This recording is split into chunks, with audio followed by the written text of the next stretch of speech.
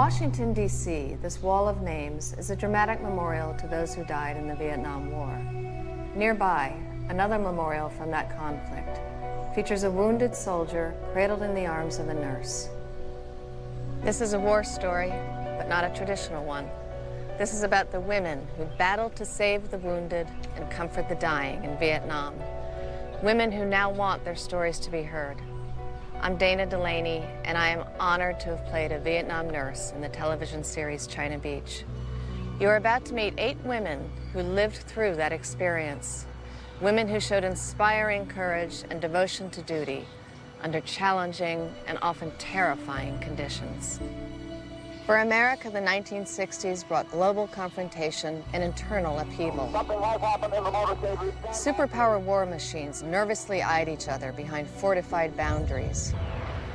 At home, young people embraced cultural change while challenging the authority of institutions and government. Ongoing demonstrations confronted issues of racial equality, freedom of speech, and increasingly, Vietnam. The war began as an idealistic struggle between democracy and communism, but support back home eroded as the body count grew. Officially, women who served were not to be placed in harm's way, yet nurses were assigned to units under fire and constant threat. The Vietnam nurses were mostly sheltered young women, away from home for the first time, and untrained for combat conditions. What they saw, what they did, and as you'll find out, what it cost them, is a true tale of American heroism. I was young. I was so young. Nobody was ever that young. We were college kids, essentially. I wanted to be a nurse since I was 8 years old. My aunt brought me a little doctor kit. Florence Nightingale was a combat nurse, so I wanted to be a combat nurse also. Graduating from an all-girl Catholic high school in 1965, you were given the option of the convent, teaching, or nursing. When you tell people, well, I was in Vietnam, they look at you like, what do you mean you were in Vietnam? They didn't realize that we were right there in the middle of everything. We fought every way there was to fight to keep them alive and keep them going. It was very close to home that if you went to Vietnam, you might not come back. And my brother Ronnie had lost 3 of his high school friends to Vietnam. But it didn't change my mind. I was going to Vietnam. I volunteered to go, and I was going. That's where things were going on, and I felt our people needed support.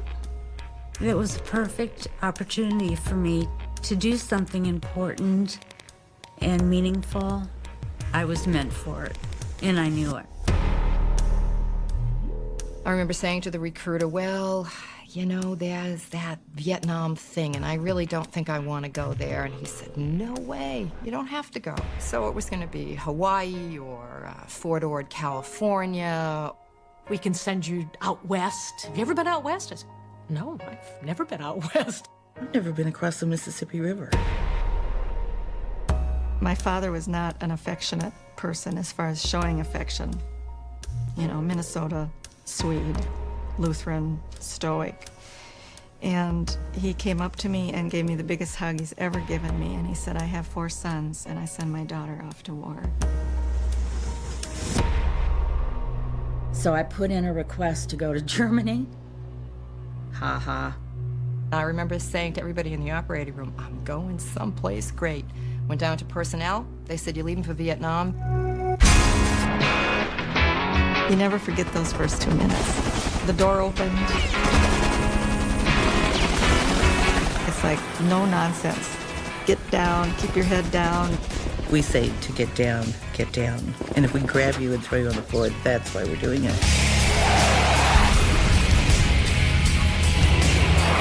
Good luck, ma'am.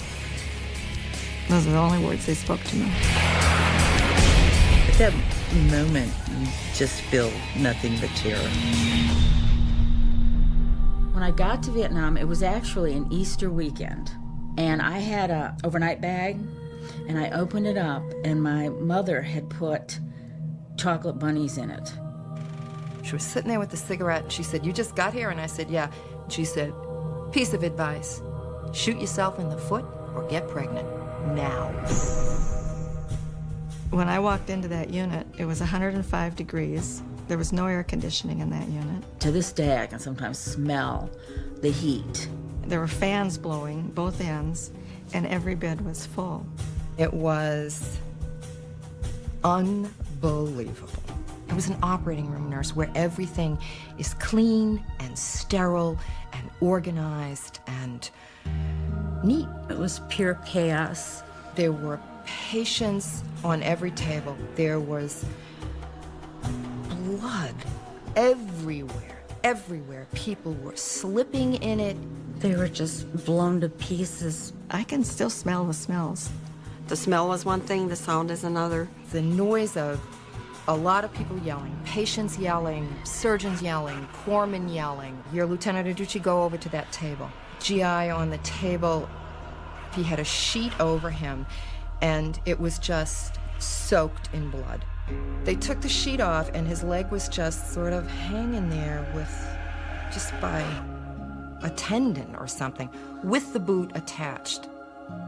They just handed me, a razor and said, "Okay, prep him," which meant shave as much hair off, but in the meantime, could you just lob that leg off while you're at it? I kept thinking, oh, I can handle this. I've handled huge car accidents. I've handled gunshot wounds. I can do this. This is no problem. But to just see this never-ending line of bodies out the door. And we worked like that for probably 24 hours. And then it was over. Now we're done. Now we hose down the floor. So that was my first day.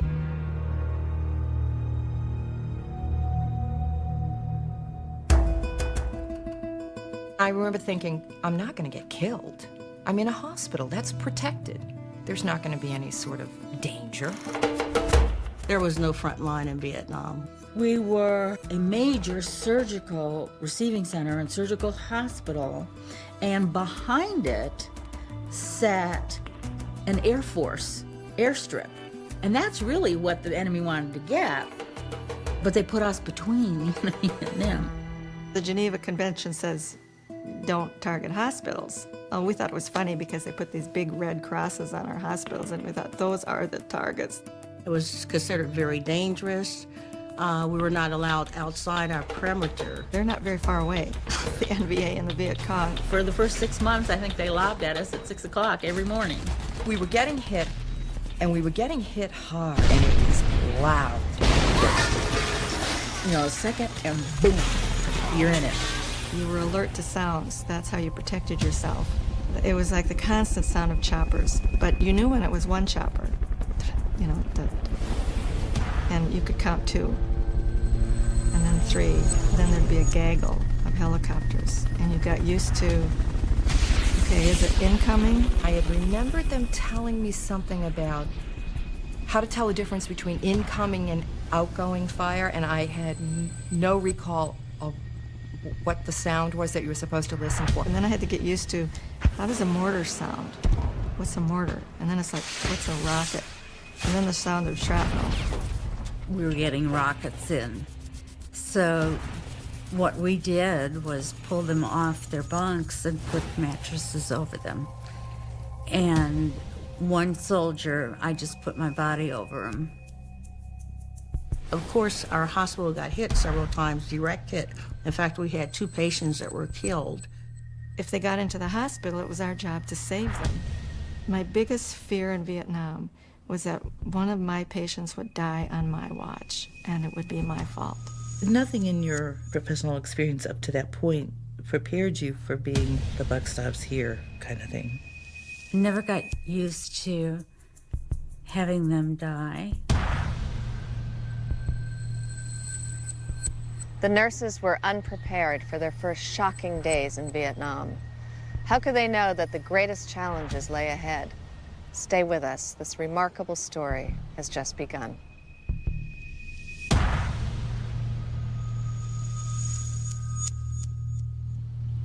Thrown into the midst of a raging war, the Vietnam nurses found the courage to help the wounded and dying soldiers who so desperately needed them.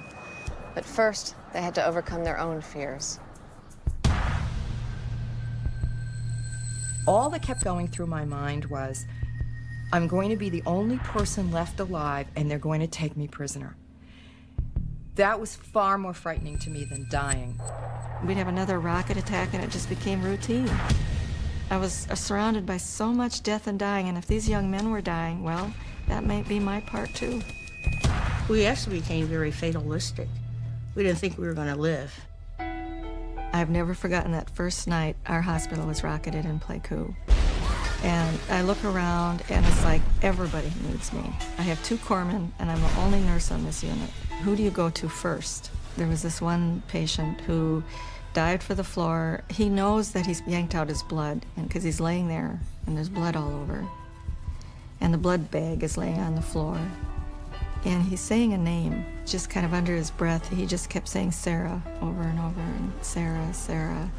And there's chaos all around me.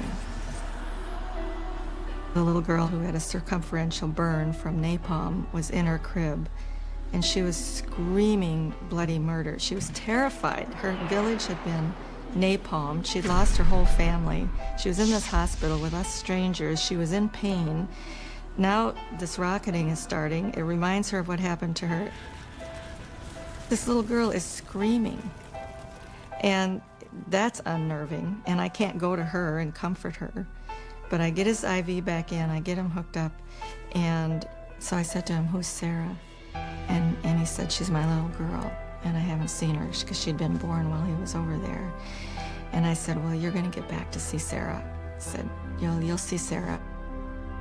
I got the mattresses thrown on him. I said he was going to be okay.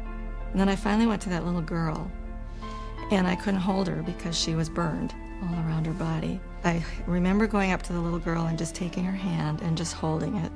And she kept on screaming, and nothing would comfort her. And it was very upsetting to all the guys, because now this little girl is crying. It reminds them of their little girl or their sister back home. And I tell you this because I truly believe it. That little girl screamed herself to death.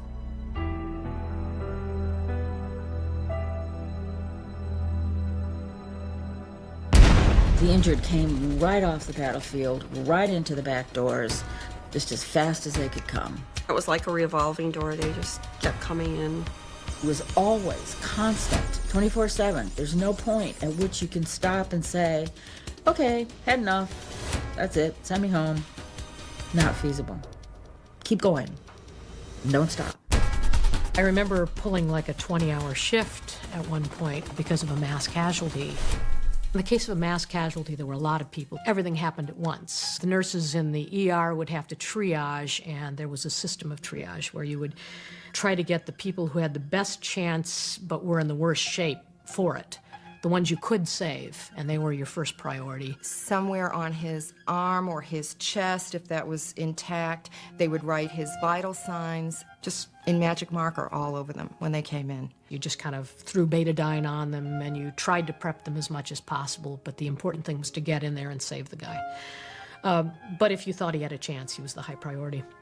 Your next priority was people who could wait a while but were most likely going to be saved. And then you had something called the expectants. It was expected that if you brought them in, you probably couldn't do anything for them. You see someone come in with a bullet hole to the head, and they're still talking to you. And you know that chances are this person's going to die.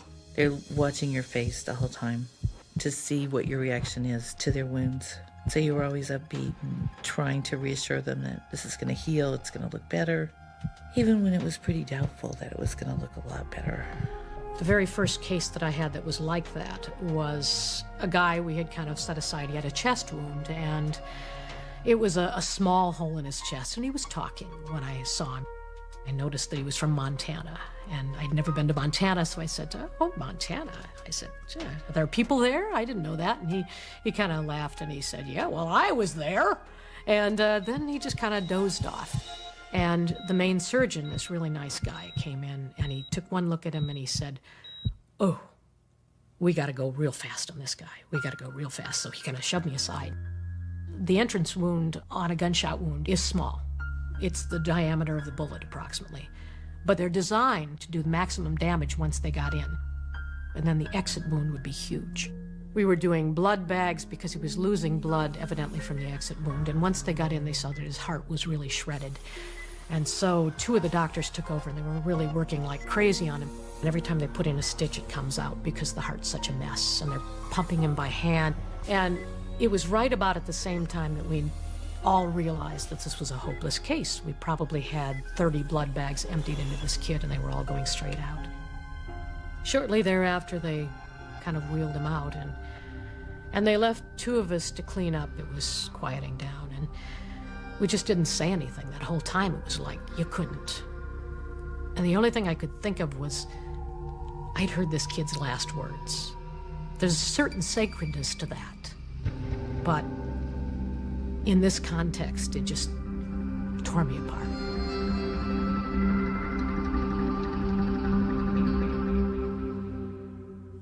They were just kids, 18, 19-year-olds, never been away from home before.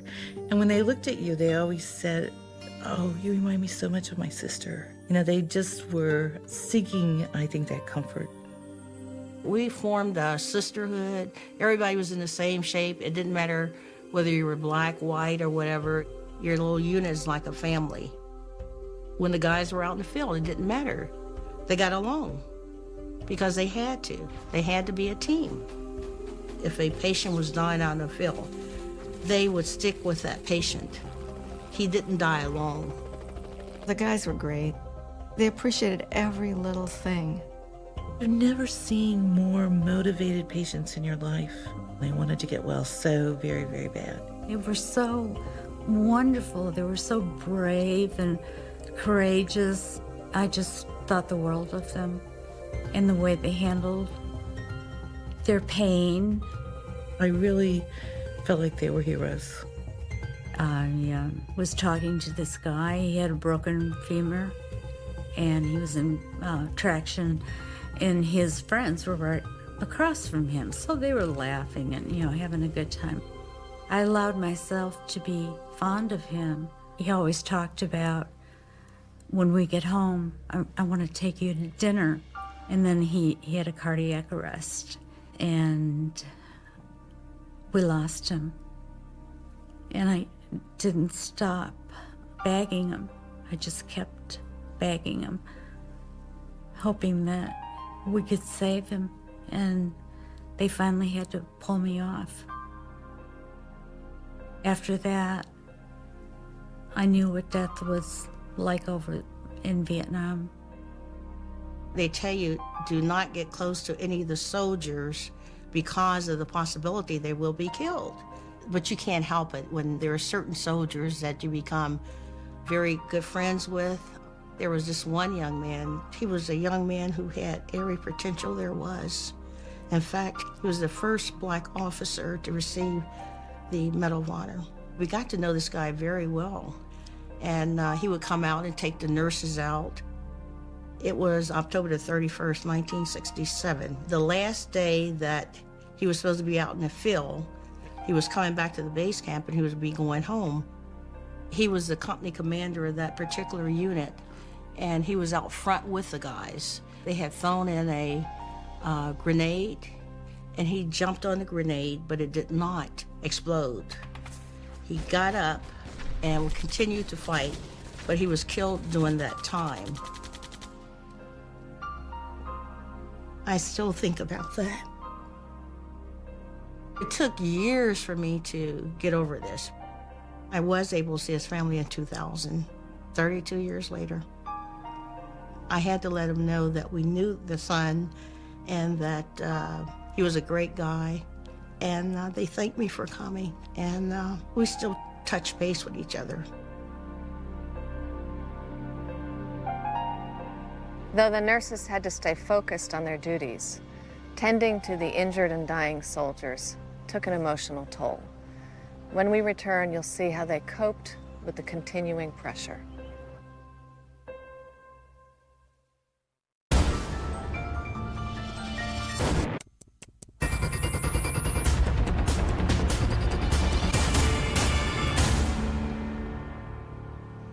The nurses in Vietnam were there as medical professionals, but they were also women in a world of men. Nobody was safe. Nobody. These young guys did not know from one step to the next if they were going to be alive. The very next step they took could blow them up. How do you prepare for something like that? I remember the look in those soldiers' eyes. The eyes look at you, but you see right through them. These were not the newcomers. These guys had been here a while. Listening to the officers talk, I thought, God, these people are soldiers. They're crazy. I mean, I really thought they were crazy because they talked about death, they talked about killing, and they were laughing about it. And then I realized, as I've been there for many months, that that was the way they were able to handle it. You couldn't go from doing what we did day in, day out, and then just go to your room. We had a party for any reason imaginable. I don't care what it was. They would have bands coming in from the outside. They played some pretty good music. We did do an awful lot of dancing. That was one way of letting your hair down. All the units that had officers' clubs would invite us to their parties, and they all had cookouts. I remember singing at the tops of our lungs, sitting on a cliff, drunk out of our minds.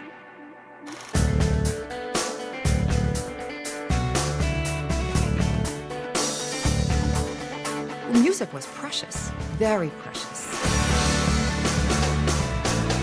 You had reel-to-reel tapes. Anybody who arrived from the States who brought music was a godsend. Somebody would arrive with a Jimi Hendrix or a Janis Joplin or the Doors. As soon as it arrived, everybody would tape it, and then you would hear it coming out of everybody's room, every ward.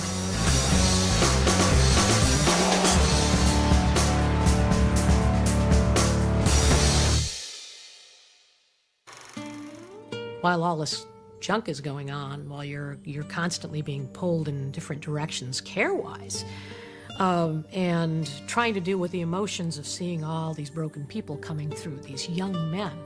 There's this overlay of testosterone versus your own, sexuality and character going on. It was very complicated.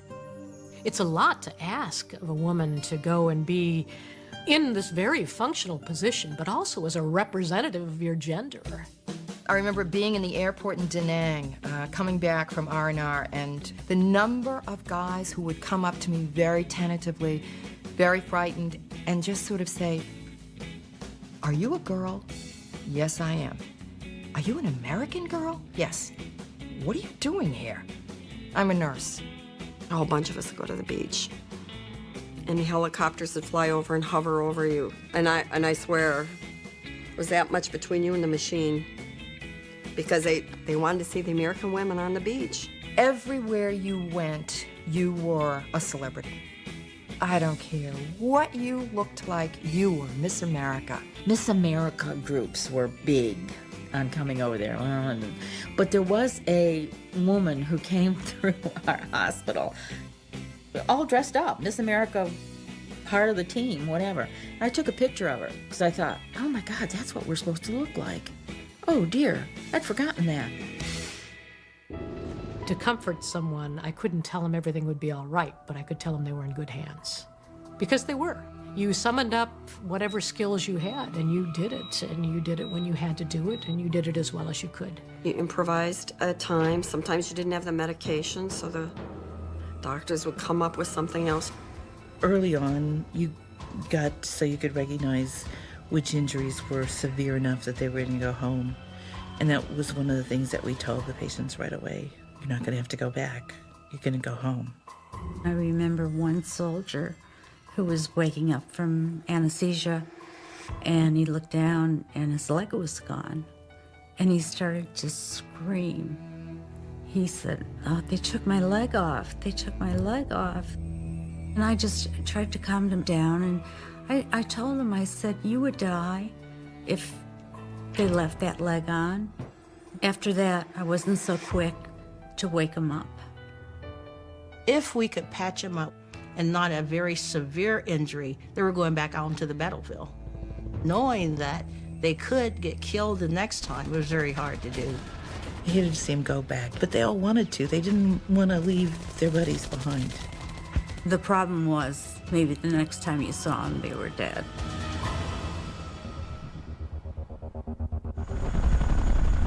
Helicopters everywhere in Vietnam, all kinds of helicopters.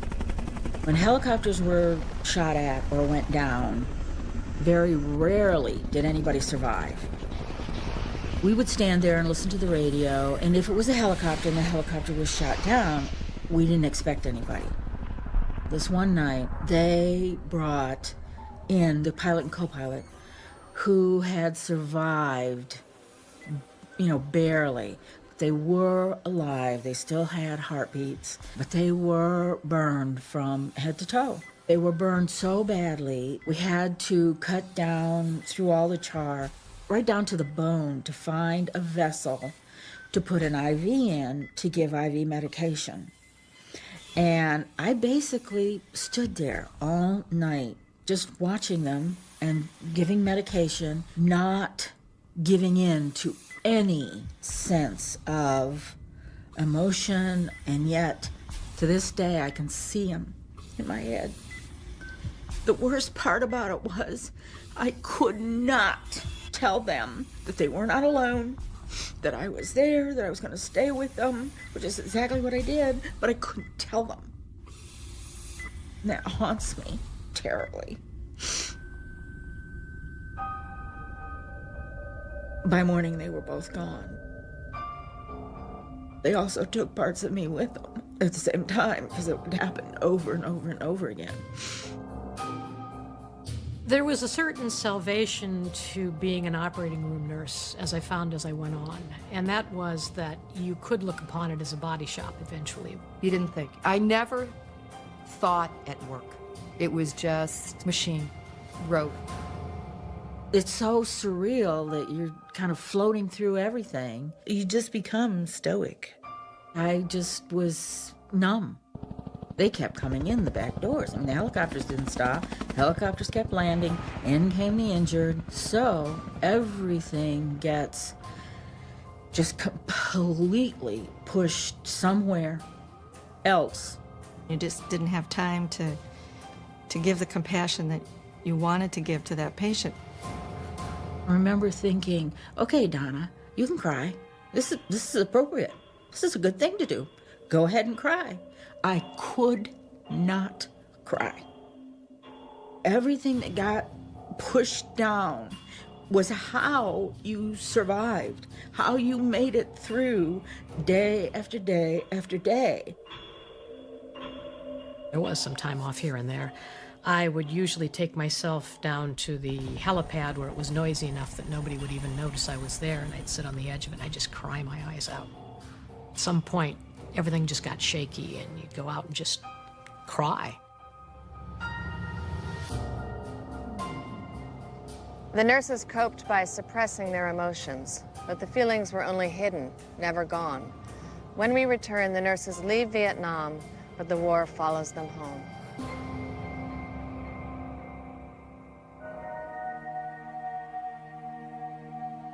The Vietnam nurses found their war experiences made it difficult to adjust to life back home. Nightmare memories filled their thoughts and dreams. For some, the effects of those visions would take a heavy toll. They came banging on my door and they were screaming, get up, you're going home. Got up, threw stuff in my bag, threw my uniform on, went over to ICU to say goodbye. I walked into ICU, Bridge Over Troubled Water was playing, the ventilators were all going. It smelled terrible. It was hot. Every bed was full. It was exactly the same as the day I had arrived. And I just left there so ticked off. I remember so vividly thinking that if this becomes the best resort in the whole wide world where every single person just has to go, I will never come back here as long as I live. It was horrible to say goodbye. You really didn't want to leave. You knew you had to. It was important to get out of there. But you were leaving your friends and your main purpose in life. That's what it became for me. I saw so many traumas. I saw so many amputations in the operating room. I just saw so many enormous things that I had the impression that when I go back to the States, every young man I would see would be maimed in some way. I stopped on the way home and visited a friend in California. She shared an apartment with a bunch of girls. So anyway, they decided that they were going to take me out on the town, and they put me in the bathroom and put makeup on me that I had never worn before, bell bottoms that I hadn't seen. All of a sudden, I'm, in that generation again. But I have to tell you, we did go out, and I kind of separated away from them and sat at the bar alone and thought, I don't belong here. That was the loneliest feeling I've ever had. I wanted to go back, but I knew I couldn't. I was 21 and came home as an old lady. You just feel like you're on the outside looking in to normal people. I thought that the people here didn't really care. We had soldiers dying over there, and they went on with their lives like nothing was going on. There were a lot of people who didn't believe in the war, and the stares in the airports and the snickering. To some extent, the people that served were unpopular and looked at as subhuman or monsters. We were made to feel like we hadn't done enough. It's very strange, but a lot of us felt guilt. We were told not to wear our uniforms out in public. I felt sorry for the people that had military haircuts because they were targets for any kind of verbal abuse. It was a very unreal experience. When I got back from Vietnam, I just wanted to get on with my life, continue working, and just put it all behind me. And that worked for a while, except I was having some nightmares, and I was having some crazy things. I couldn't sleep at night. I'd wander around at night, and that adrenaline, I guess, was still acting up. And then I found myself getting angry. And I couldn't explain it to anybody, and I couldn't talk about it. You come from these incredibly intense relationships to nothing. It wasn't like dignified to talk about having been in Vietnam once you came back. Even our own families didn't know how to talk to us. Mothers just didn't know what to do with us when we got back. We were a strange bunch of people. I felt like maybe I was a little bit of an embarrassment, to my mom, because nobody else's daughter went. Why did I go? My father, who was a World War II vet, he couldn't think about his little girl seeing what I saw. So I just remember him saying, "Are you okay?" "Yeah, I'm fine. I'm fine." And that was it. We just came home on a plane. There was no counseling. You were never debriefed. You just had to wing it. There's a saying, I think, that the English used during the war: you've got your arms, you've got your legs, now get on with it. And it's sort of this mentality of, if you spend too much time there, it's not going to be a good thing. So just move on. It was 15 years before I ever started to think that something was wrong. And the first indication is that I could no longer sleep in a bed. For years, I slept on a mat. I had no bedroom furniture and just slept on a mat. And then some emotional things started to happen, and I thought, I don't know what this is all about either. There were things that I had not dealt with, like a, little black box in which everything had been stored way deep inside. And it's still there. I mean, if you pop the lid to this little box, I will not survive 5 minutes. Be the end. So it still stays with the top on it. And unfortunately, just little bits come out at a time.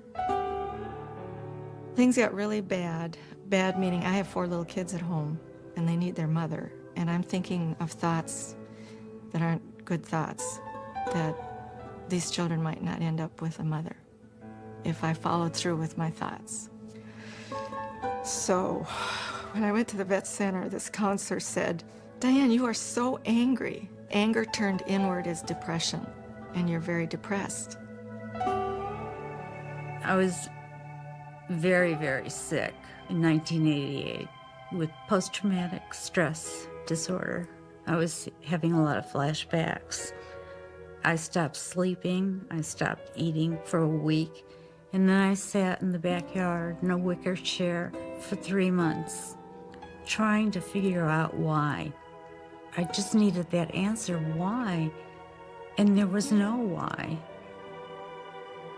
There's some memories you just, that you never get over. Each and every one that we lost, they're still in my head. I feel like I'm dwelling on them, and it's really hard to let go.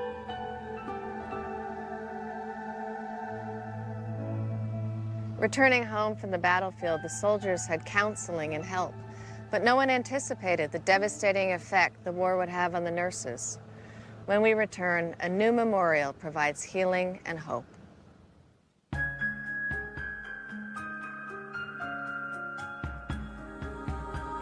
The dedication of the Vietnam Women's Memorial became a landmark event for the nurses as they were officially welcomed home at last. But even this came only after a struggle, and nearly 2 decades after the end of the war.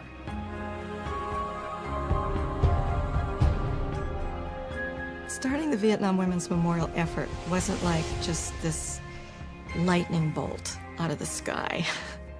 I think it was a process. When I learned that there was going to be a wall of names in Washington, I told my husband I was going to go, and there was a name I had to find. And it was Eddie Lee Evanson's, a patient of mine that died in Vietnam. I was able to go find his name on that panel. I was so overwhelmed, and I thought, my God, how many names are on this wall of people that I personally touched, but I don't know their name. I had never grieved over Vietnam. I had never cried. And I burst into tears, and I could not stop crying.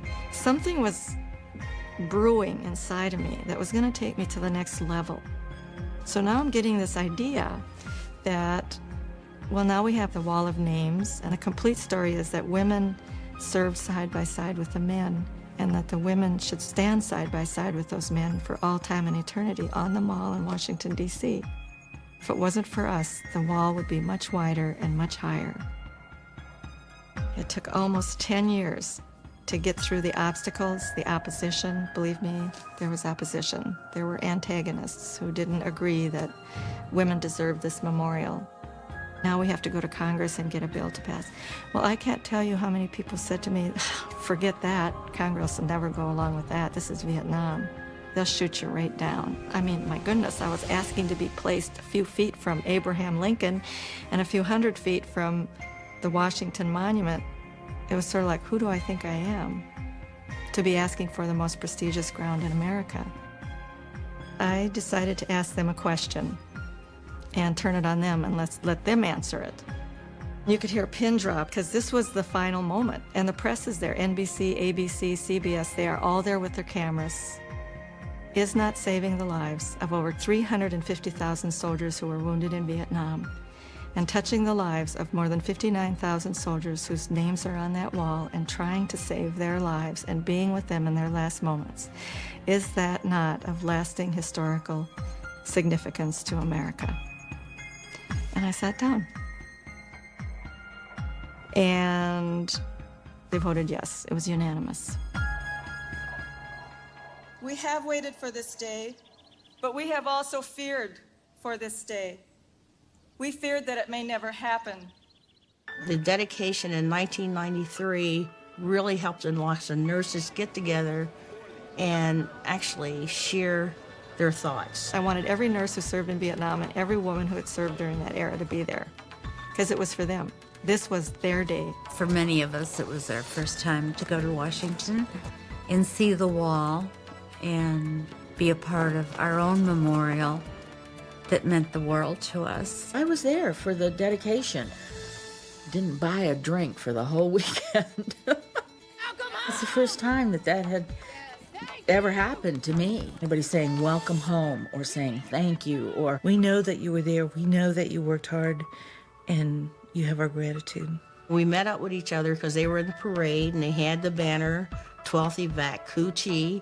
Of course, that was nice to see my group again. You would see people you hadn't seen in years. Some would just come up and grab you, some start crying, and sometimes you start crying with them.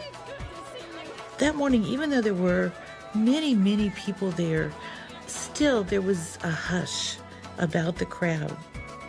We all walked on a parade. They were clapping for us. You'd see people that had injuries as such on their legs they could hardly walk, and their wives were supporting them so they could stand because they wanted to be there. So that was a marvelous time. That was just a mind-blowing experience. When I went to the dedication of the Women's Memorial, we were in a bar near the hotel, and there were, I don't know how many of us, having a great time. I went up to the bar itself to get some drinks, and a woman was standing there getting a drink.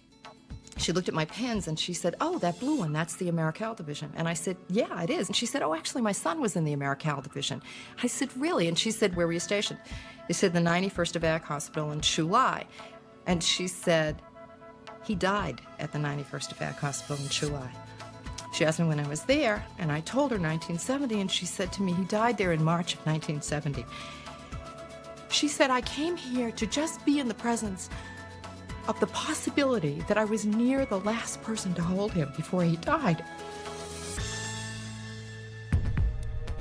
I was scared to go to Vietnam, but I was also afraid of the monument. I thought, my gosh, what's this going to bring up? It's terribly sad to look at it. It tells its own story. Oh, it captures everything. The nurse that's holding him on sandbags has her hand pressed against his chest. It looked like a chest wound that she was trying to hold. And then looking for the helicopters. To this day, helicopters flying over, I get a chill. I can hear a helicopter today and I look up. I still do. But in talking with some frontline soldiers, the helicopters to them were marvelous. They were heaven sent. For them, it was relief. To me, it struck that instant alert panic because they were coming in the back door. And here come the wounded. You hear it and you knew that they were bringing more casualties in.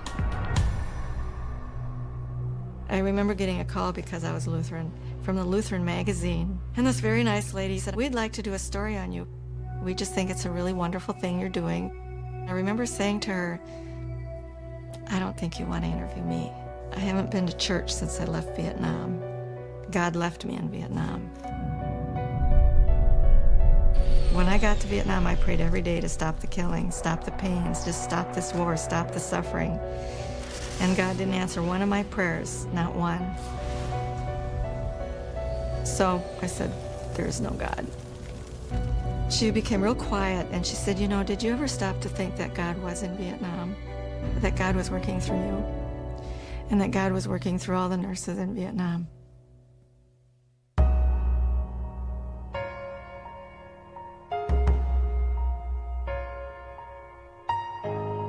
For the nurses, it was a long journey from Vietnam to the dedication of the Women's Memorial. For some, the journey continues today, as they, like many soldiers who served, still suffer from their experiences. Our hope is that these women will find comfort in knowing their stories have been heard. They will always have our thanks for their heroic efforts, the pain they eased, and the lives they saved.